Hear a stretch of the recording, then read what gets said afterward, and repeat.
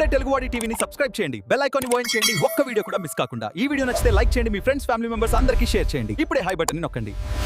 ఇప్పుడు మన కూటమి ప్రభుత్వం ఏదైతే ఉందో వాళ్ళు మోడీ గారి మాటలు ఏందే మన చంద్రబాబు నాయుడు గారు కానీ పవన్ కళ్యాణ్ గారు కానీ ఏ పని చేయరని చెప్పి చెప్తా ఉన్నారు. దీనిపై మీ అభిప్రాయం ఏంటి? అదేం లేదండి, ఏదేమైనప్పటికీ కూడా ఇలా సెంట్రల్ గవర్నమెంట్ కానీ స్టేట్ గవర్నమెంట్ కానీ సత్సంబంధాలు ఉంటాయి. ఏదేమైనప్పటికీ కూడా ముఖ్యంగా ఇలా హైదరాబాద్ తెలంగాణ ప్రాంతం నుంచి ఏపీ విడిపోయినప్పుడు అక్కడ ఒక శ్మశానం లేకండి ఏం లేదు రాజధానికి, అసలు రాష్ట్రానికి అసలు డెవలప్ ఏం లేదు, ఒక భవనం కూడా లేనటువంటి పరిస్థితుల్లో ఇలా రాష్ట్రం విడిపోయినప్పటికీ ఎప్పటికైనా కూడా సెంట్రల్ గవర్నమెంట్ ఏ గవర్నమెంట్ అని ఉండని కూటమి గవర్నమెంట్ ఏది ఉండని స్పెషల్ ప్యాకేజీ ఏపీ రాష్ట్రాన్ని డెవలప్ చేసుకోవాల్సిన బాధ్యత సెంట్రల్ గవర్నమెంట్ ఇది.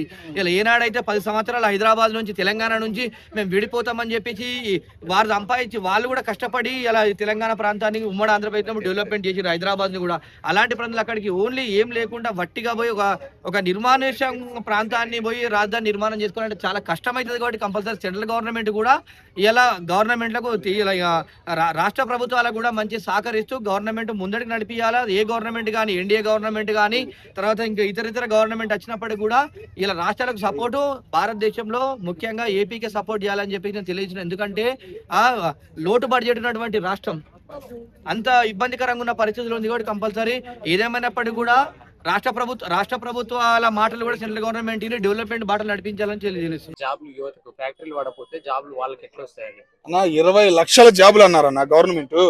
కానీ 20 లక్షలు ఎక్కడిచ్చిందన్న నీకు? 20 లక్షలు అనేది ఎక్కడిచ్చింది? ఇప్పటికీ ప్రతిపక్షంలో అడిగే వాళ్ళు లేరు. ఓకేనా, అమరావతిలో తీసుకోవచ్చు, ఎక్కడైనా తీసుకోవచ్చు. 4 లక్షలు 3 లక్షలు ఏదైనా గవర్నమెంట్ సచివాలయం ఉద్యోగులు తీసేయకుండా అవి కంటిన్యూ చేయటం కానీ ఏ అయినా కానీ ఆ మూమెంట్ అనేది నడిచింది. కానీ 20 లక్షల ఉద్యోగం అడిగేవాళ్ళు లేరు.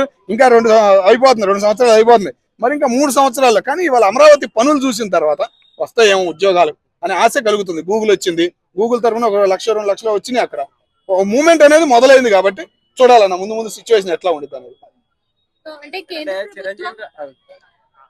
కళ్యాణ్ గారు మోడీ గారు ఎంతసేపు మోదీ భజన చేస్తున్నారు అంటున్నారు. ఏదైనా పవన్ కళ్యాణ్ గారు చంద్రబాబు నాయుడు గారు మోదీ భజన చేస్తున్నారు, అభివృద్ధి ఏం చేయట్లే అంటున్నారు. అది రాంగ్ ఇన్ఫర్మేషన్ అన్న.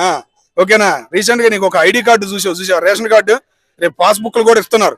ఆ పాస్బుక్ కొన్న విలువ, ఐడి కార్డు కొన్న విలువ తెలిస్తే నువ్వు ఆ మాట అనవు. ఓకేనా, కేంద్రం నుంచి నిధులు రాకపోతే గవర్నమెంట్ కి అక్కడ 1 రూపాయి ఆదాయం లేదు. కేంద్రం నుంచి వస్తున్న నిధుల వల్లే ఒక ఆదాయం అనేది వస్తుంది, వాళ్ళు ముందుకు సాగుతున్నారు. అంటే ఇప్పటి వరకు అయితే ఏం తెలియదు కదా. ఏం తేలేదు, ఎందుకు తేలేదన్నా? నీకు ఏది విశాఖ ఉక్కు తెలుసు కదా, అది ఎన్ని కోట్ల అప్పులు ఉంది? 11,000 కోట్లు స్పాట్ లో అయిపోయింది. అది ఇప్పుడు ఇంకా పనులు నడుస్తున్నాయి అంటే మా కూటమి ప్రభుత్వం వల్లే, అది ముఖ్యంగా మోడీ గారి వల్లే.